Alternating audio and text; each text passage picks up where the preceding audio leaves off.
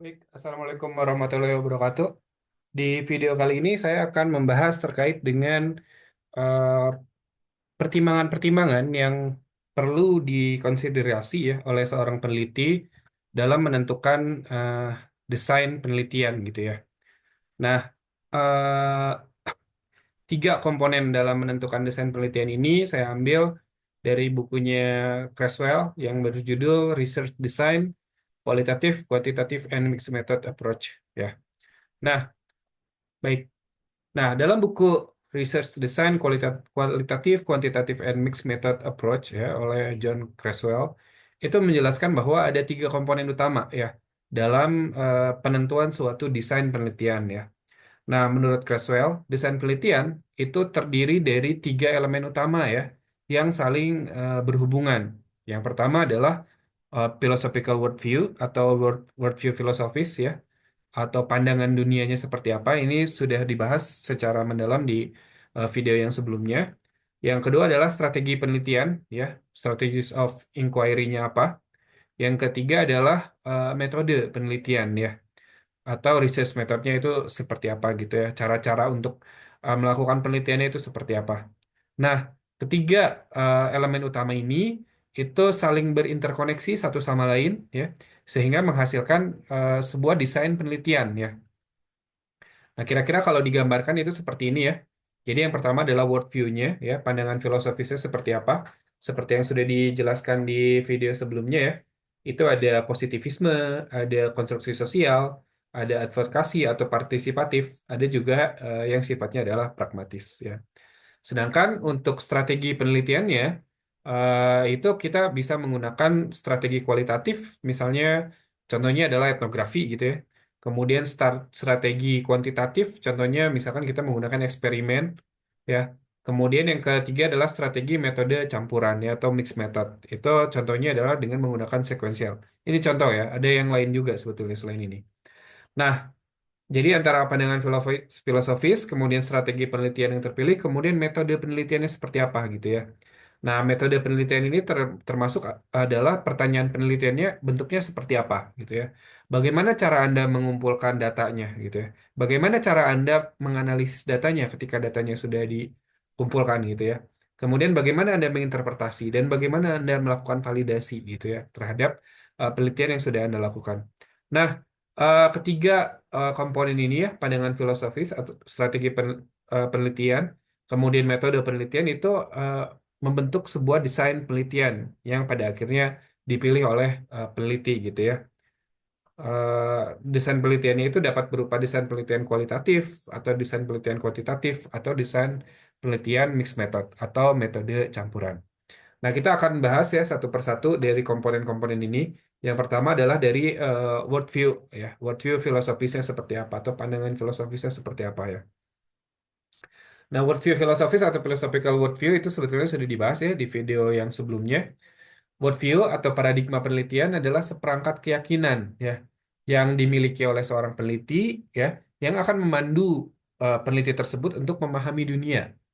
Nah, jadi bagaimana peneliti itu memahami dunia itu tergantung pada worldview-nya ya. Paradigma penelitiannya seperti apa. Nah, akhirnya itu akan mempengaruhi bagaimana cara peneliti itu untuk melakukan riset gitu ya. Nah, di bukunya Creswell itu mengidentifikasi empat worldview utama ya. Yang pertama adalah post-positivisme ya, dan juga ini mewakili positivisme juga ya. Tapi kalau di bukunya Creswell menyatakan bahwa saat ini di dunia ini itu positivisme itu udah ditinggalkan dan kecenderungannya adalah menggunakan post-positivisme gitu ya, di mana objektivitas dari sebuah realita itu tidak lagi mutlak gitu ya, tapi ada pengaruh ya, ada pengaruh dari peneliti gitu ya. Nah, ini bisa kuantitatif ya, kemudian dia berbasis hipotesis, dan dia objektif ya, cenderung untuk objektif. Itu adalah yang pertama, post positivisme. Yang kedua adalah konstruktivisme ya. Nah, konstruktivisme itu kebalikannya ya. Jadi dia pendekatannya adalah kualitatif, kemudian dia berfokus pada perspektif subjektif partisipan ya. Jadi bergantung pada pemahaman partisipan, bergantung pada interpretasi dari partisipan gitu ya. Nah, yang ketiga itu adalah participatory ya atau advokasi ya. Nah, ini kecenderungannya adalah mendorong perubahan sosial ya, sering digunakan dalam penelitian feminis, kritis, dan komunitas gitu ya. Kemudian yang keempat adalah pragmatisme. Nah, ini adalah metodenya campuran, ya berfokus pada pemecahan masalah dengan menggunakan berbagai pendekatan gitu ya. Nah, ini adalah komponen yang pertama ya. Komponen yang pertama adalah philosophical worldview atau bagaimana pandangan seseorang terhadap memahami dunia gitu ya. Nah, yang kedua adalah strategi penelitian ya. Nah, strategi penelitian itu merujuk pada pendekatan yang digunakan untuk menjalankan penelitian, ya. Seperti apa pendekatannya? Nah, ada tiga kelompok utama, ya, strategi penelitian, yaitu yang pertama adalah kuantitatif, ya. Contohnya adalah ketika kita melakukan survei, ketika kita melakukan eksperimen, kita itu melakukan pendekatan yang atau strategi yang kuantitatif. Kita menggunakan angka-angka, gitu ya. Salah satu contohnya apa? Salah satu cirinya adalah bahwa datanya itu berupa angka-angka, gitu ya. Kemudian yang kedua adalah kualitatif. Nah, contoh dari strategi penelitian kualitatif itu adalah studi kasus, ya, fenomenologi, etnografi, grounded teori, dan penelitian naratif. Ya. Nah, yang ketiga itu adalah mixed method. Nah, mixed method itu menggabungkan antara kuantitatif dan kualitatif, ya. Nah, ini contoh-contohnya adalah sekuensial, ya, tahapan bertahap itu artinya adalah bisa kuantitatifnya dulu kemudian kualitatif atau kualitatifnya dulu kemudian diuji secara kuantitatif ya. Kalau yang satu adalah kuantitatif dulu kemudian dia dijelaskan oleh kualitatif. Yang bentuk kedua adalah kualitatif dulu ya dia bangun teorinya kemudian diuji dengan kuantitatif gitu ya itu sekuensial. Kemudian yang kedua adalah concurrent ya atau gabungan atau simultan antara kuantitatif dengan kualitatif. Dan yang ketiga mixed method itu bisa berupa transformatif ya. Nah, ini yang digunakan adalah teori-teori sosial. Nah, mendalami mixed method ya, atau strategi penyelidikan metode campuran. Nah, strategi ini tuh menggabungkan pendekatan kuantitatif dan kualitatif ya, untuk mengatasi keterbatasan pada masing-masing pendekatan. Jadi, ini sebenarnya sudah ada gambaran ya, berarti pandangan apa yang digunakan gitu ya, worldview-nya seperti apa. Worldview-nya jelas ini adalah pragmatisme ya. Pragmatisme itu artinya dia dia tidak subjektif 100%, dia tidak objektif 100%, dia gunakan pendekatan yang paling cocok untuk menyelesaikan pertanyaan penelitian gitu ya. Jadi dia dia mempertimbangkan bahwa pendekatan kuantitatif itu ada kelemahannya ya, pendekatan kualitatif juga ada kelemahannya. Nah, kelemahannya ini saling ditutupi dengan satu sama lain dan digabungkan itu dengan menggunakan mixed method ya. Nah, ada tiga strategi umum ya yang utama itu dalam metode mixed method ini ya. Yang pertama adalah sequential ya atau sequential mixed method. Nah, dia mengembangkan temuan satu apa menggabungkan ya satu temuan dengan satu metode dengan metode yang lain ya. Yang kedua adalah concurrent ya, yang menggabungkan data kuantitatif dan data kualitatif untuk menghasilkan sebuah analisis yang lebih komprehensif gitu ya. Jadi dia misalkan ambil survei, kemudian dia ambil wawancara, kemudian digabungkan tuh secara komprehensif dua-duanya itu triangulasi gitu. Ini seperti apa gitu ya. Nah, yang ketiga adalah prosedur yang transformatif ya, atau transformative mixed method. Itu menggunakan lensa teoritis dalam desain yang mengandung data kuantitatif dan kualitatif ya. Dia menggunakan teori-teori sosial gitu ya. Nah, komponen yang ketiga adalah metode penelitian ya. Nah, metode penelitian itu mengacu pada teknik spesifik dalam pengumpulan dan analisis data ya.